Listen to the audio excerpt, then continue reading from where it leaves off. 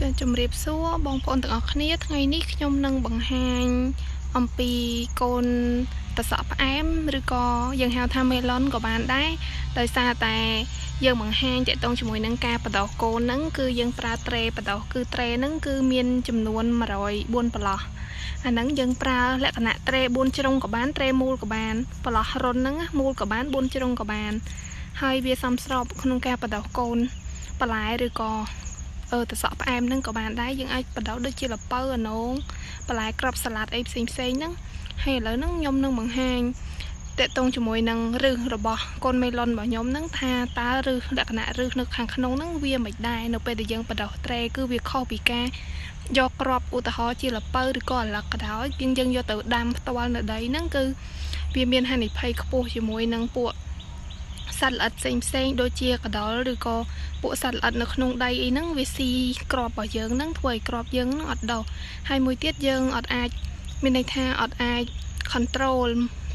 ត្រួតពិនិត្យឬក៏យើងអាចមានន័យថាយើងអាចកំណត់បាននៅលក្ខណៈដូចជាការស្រោចទឹកការផ្ដល់សំណើម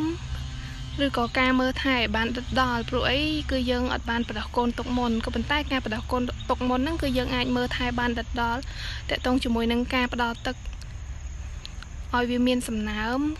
ការផ្ដល់ឲ្យវានៅពន្លឺថ្ងៃគ្រប់គ្រាន់ហើយនឹងការបាញ់សារធាតុថ្នាំផ្សេងហ្នឹងមានន័យថាបែបធម្មជាតិឬក៏គីមីក៏បានដែរអាស្រ័យទៅលើបងប្អូនរើសយកមកប្រើខ្លួនឯងហើយយើងអាចមើលថែបានដិតដល់ឥឡូវហ្នឹងយើងមកមើលឬរបស់វាទាំងអស់គ្នាឥឡូវហ្នឹងខ្ញុំដកឲ្យមើលយើងឃើញថាឬរបស់វាហ្នឹងមានលក្ខណៈល្អមែនតើគឺដកមកចេញទាំងអស់តែម្ដងអត់មានជាប់ដីនៅក្នុងហ្នឹងឯងគឺធ្វើឲ្យយើងមានលក្ខណៈងាយស្រួលក្នុងការប្របែកយកទៅដាំគឺខ្ញុំត្រូវការយកទៅដាំនៅខាងក្នុងរោងរបស់ខ្ញុំហ្នឹងគឺថ្ងៃស្អែកតែម្ដងគឺអាយុគ្រប់15ថ្ងៃក្រប melon ហ្នឹង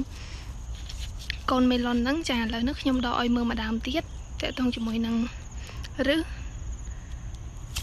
រឹងមកមែនតែនចាអូហូយើងមើលទៅមានន័យថារុនហ្នឹងគឺអត់មានជាប់ដីទេហើយយើងដកយកទៅដាំងាយស្រួលតែម្ដងបងប្អូនសង្កេតមើលរឹសដើរល្អមែនតែន